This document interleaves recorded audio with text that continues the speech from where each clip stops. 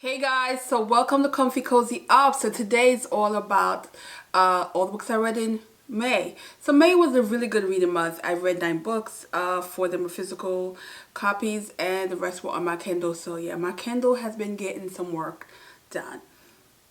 Yeah. So anyway, I read what we have. We have 2 Caribbean books, and we have some romance, 4 romance, historical fiction, and we also have a Harlem Renaissance. So let me start with Hurricane Summer. So this is a book that is from Aja Bloomfield. Now this is a Jamaican author.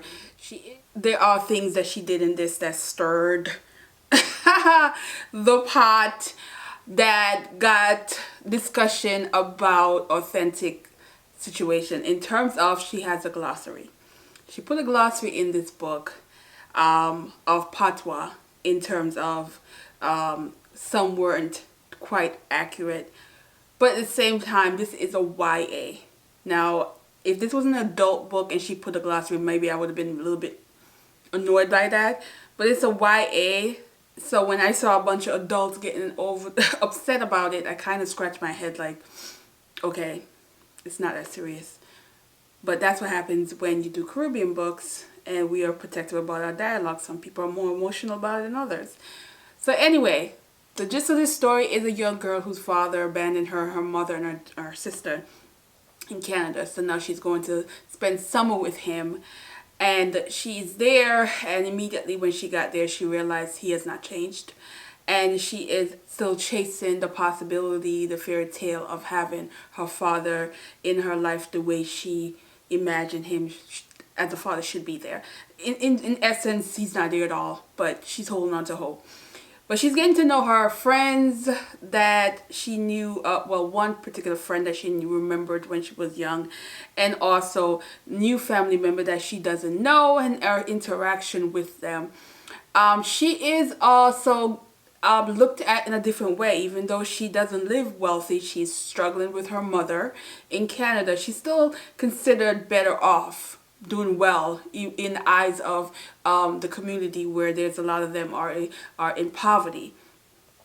Several things happen in this book. I did a full review, and some things in this book that I felt was very authentic, or very much what stories I've heard, and situation that I can relate to also.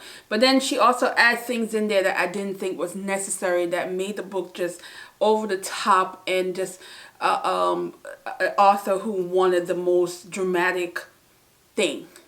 And that's where I had an issue with. I had an issue with more of that than a word or two that was used out of content that was correct patois. But from what I'm feeling about this book, I thought the storyline surrounding her and her father's relationship is the most important part of this story. That is the part that I feel if you read this, you should hold on to and get, because that's the part to me that I enjoyed, that I understood very well, and I wish the story was more of that than some of the other distraction that took away from this message in the story that I thought was important. So I'm gonna leave it at that. But yeah, this one stirred a pot. So then I, by accident, was in the store, and I saw this book, and all I saw was Chicago 1925. Ah, really? I want it, and I did. And this book was amazing. This is one of my favorite books that I've read in May. This book gives you historical fiction that was done well. This author certainly did her research. You felt that you were in 1925 Chicago, the culture, all the things that was happening.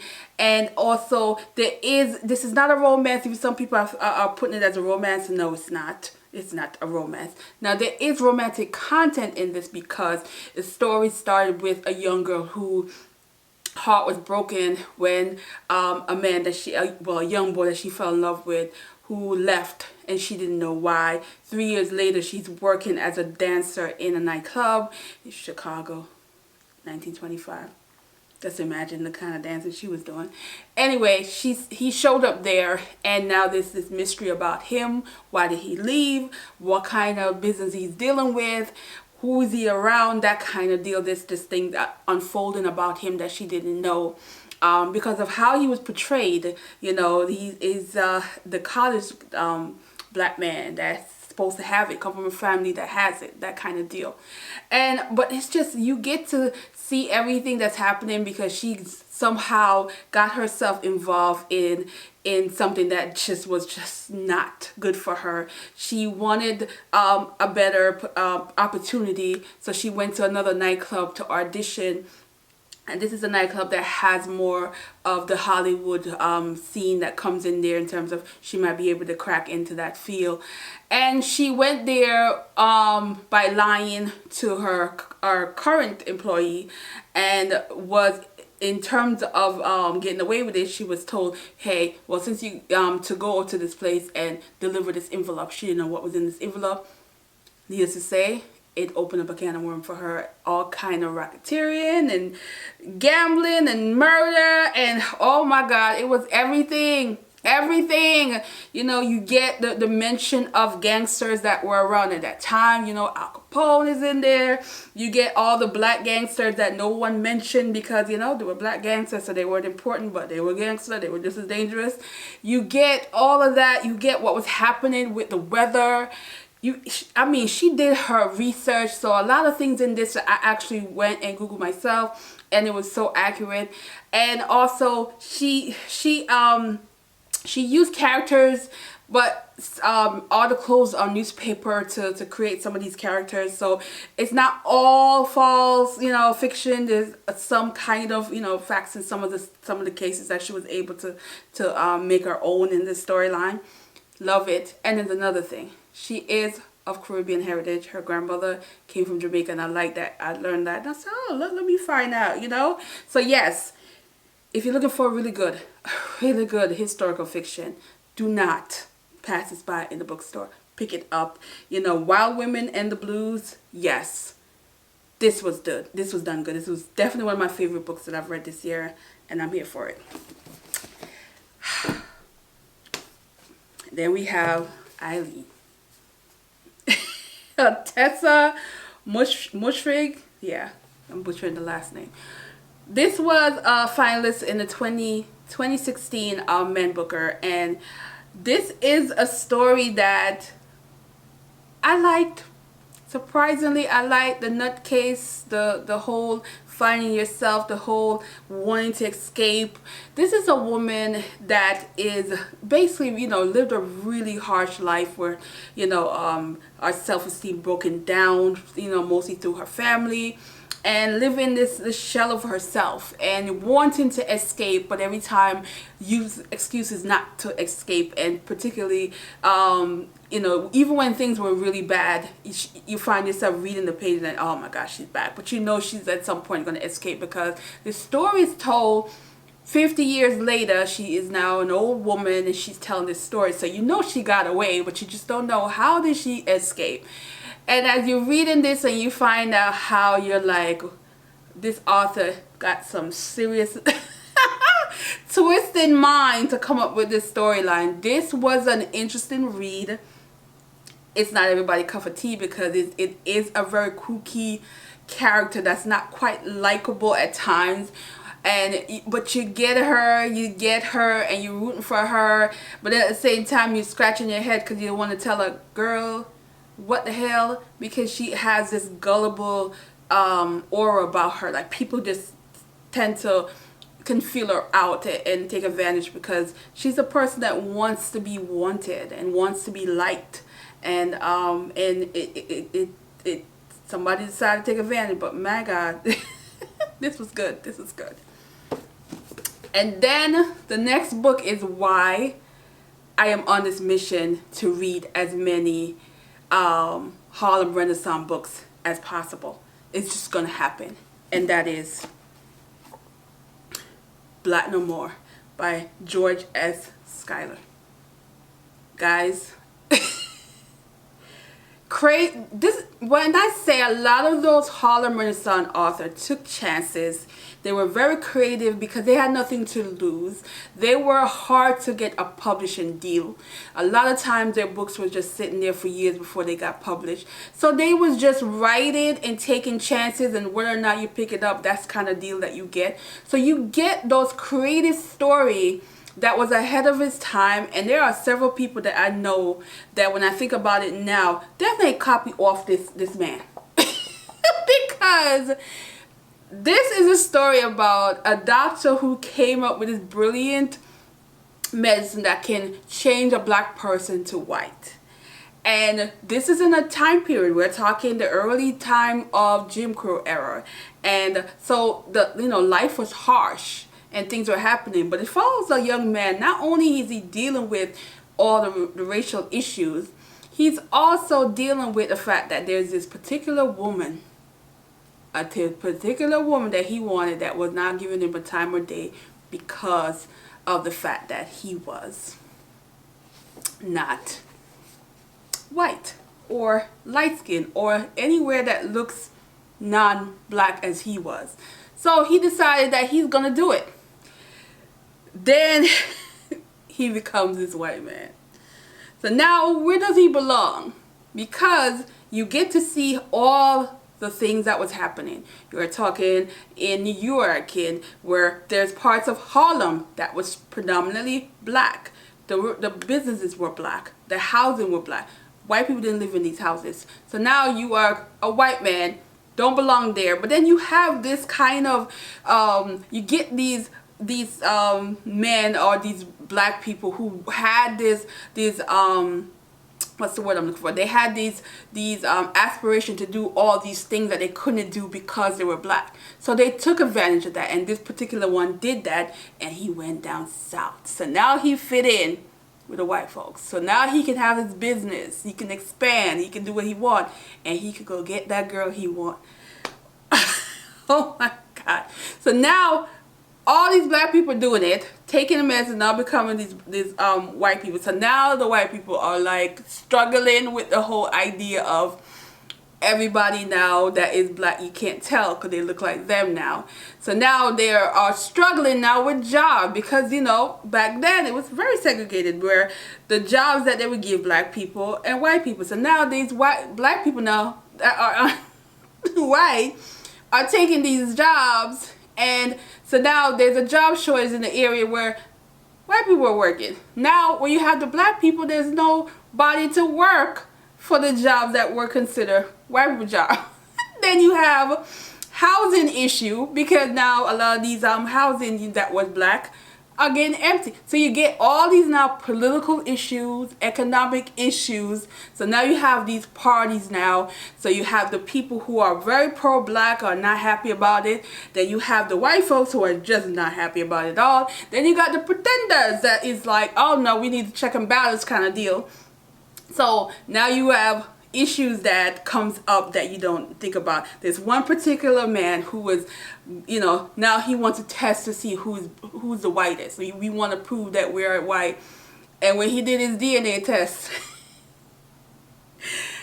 and he had the one drop, because all these years and decades, his family is considered the purest of the white.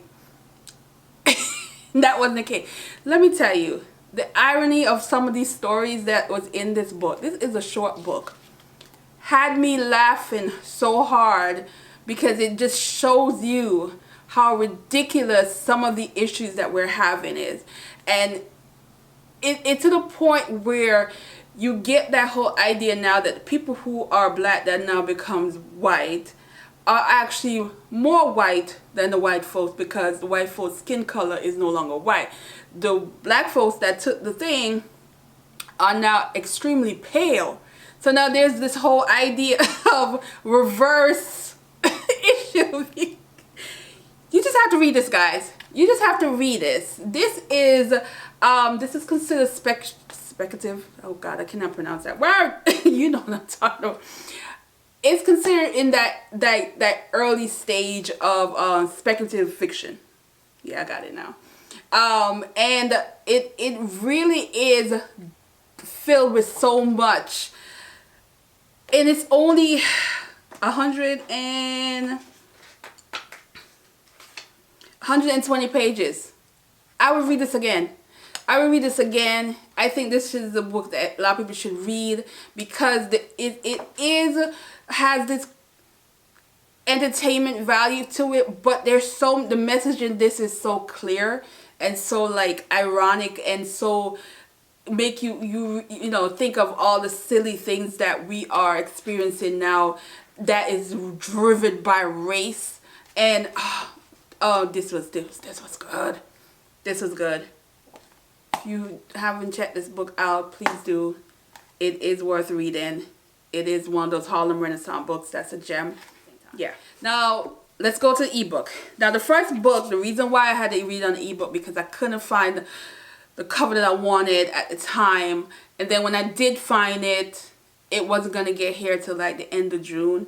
So I'm still going to get it the end of June, but I've read it on ebook because I just wanted to read it. And the storyline about that particular book is called Pow. Now, Pow I wanted to read years ago because I read this book. So this is Gloria, and this is the second book in that series. This is from Carrie Young. And I wanted to read it because this was one of my favorite books when I read this 8 years ago. I read this back in 2013, so that's, 8 years ago. And this book was one of my favorite books that year. So 5-star, loved it. It was everything. So because of that, I knew I wanted to read Power back then, but I just never got to it. And I now realize I should have, because even though there are standalone, there are companion book. So what you will learn is Pow and Gloria have a complicated relationship. So you are getting the point of view of Gloria and their relationship as well as Gloria's life in this. And Pow, you are getting his life story as well as his feelings and towards Gloria. So that's, you get the gist. But there are several things that cross paths in both books that I feel like you do need to read both books, because certain things that you might not get a clear understanding in one is mentioned in the other, that kind of deal. Now, this is a story that is in Jamaica, and it talks about some of the early immigration of Chinese people to Jamaica, and in this, Pow is one of them. And and he came to Jamaica during a time when there was political unrest. There is this hunger for independence from England.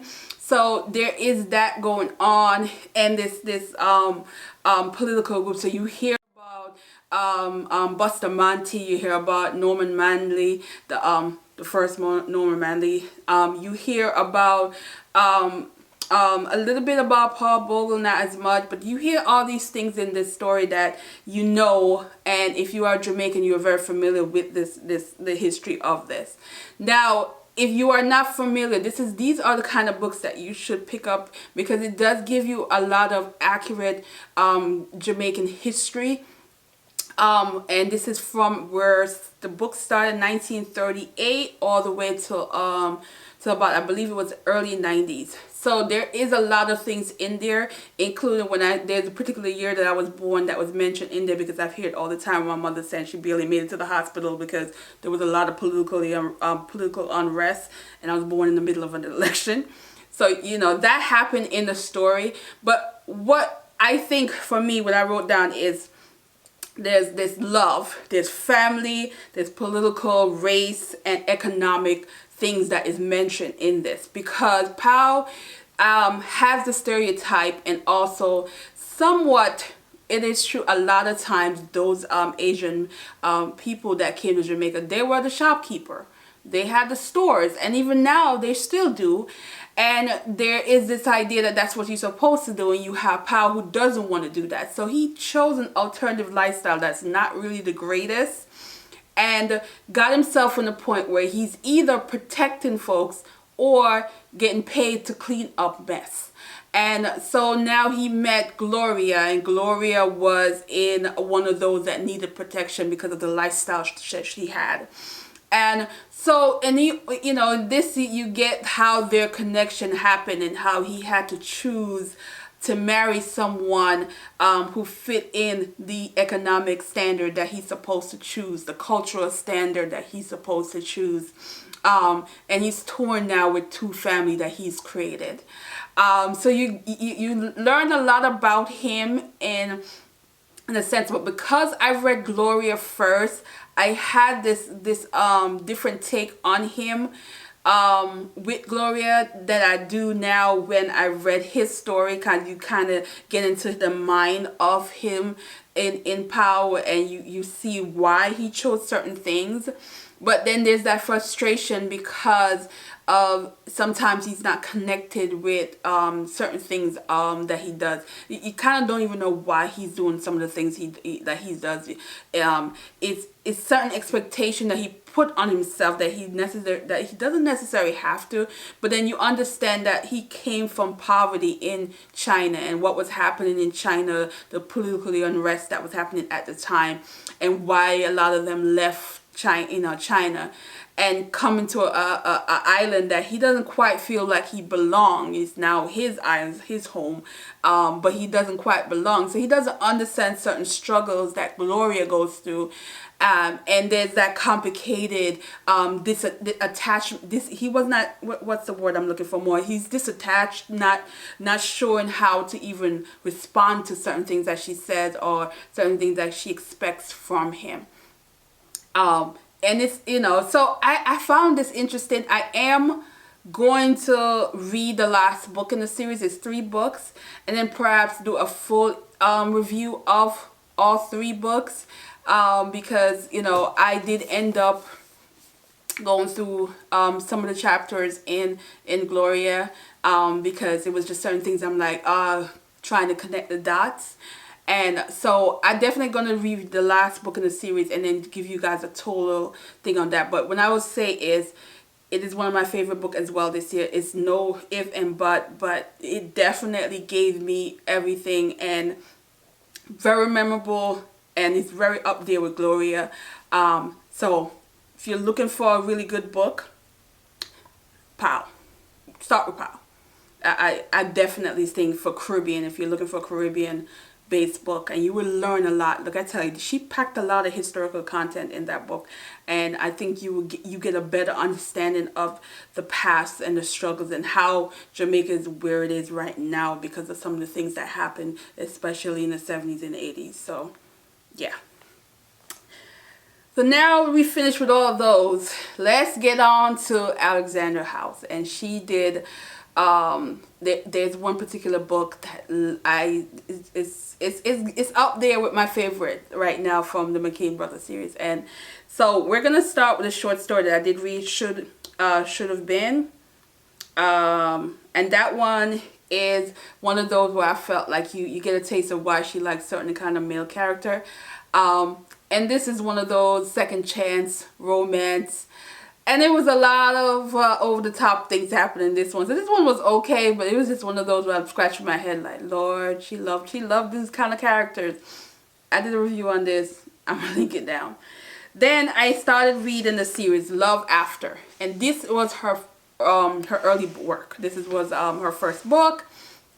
And you can see how, because I've read now 18 books, you can see how her writing has improved, how her writing style has changed, and how she knows how to not let you be easy to predict. Because the first book in the series was very predictable. It was called Higher Love, and this one, you can tell it was just, I was like, yeah. So this is, and it was cute. It's a cute story. I did enjoy it, but it was predictable, and I felt like, yeah, you can tell she just was getting her foot wet.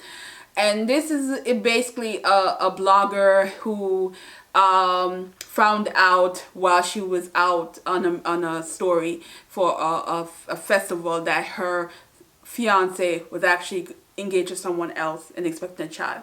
So there's that, oh my God, I'm devastated. So she's out there, she had nothing to lose, and she hooked up with this man who she didn't know anything about. But there was a connection that they had, and he was there when she needed him, that kind of deal. When she comes back, she realized who he was because she was on an assignment for his company.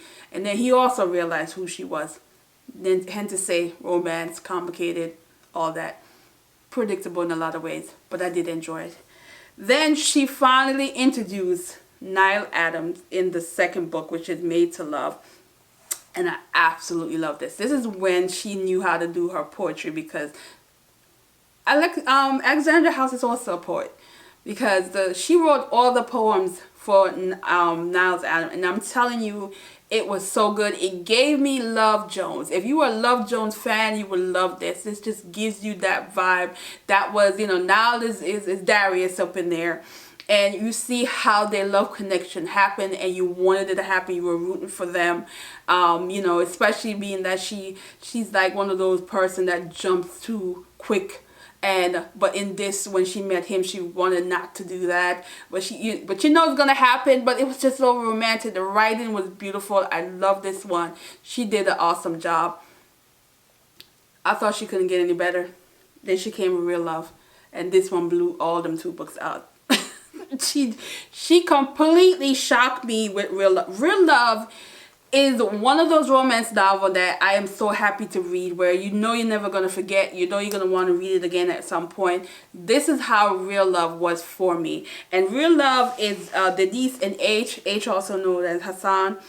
And Denise is a banker. She is also a divorcee. So she's always the tough friend, the no-nonsense friend. And what ended up happening is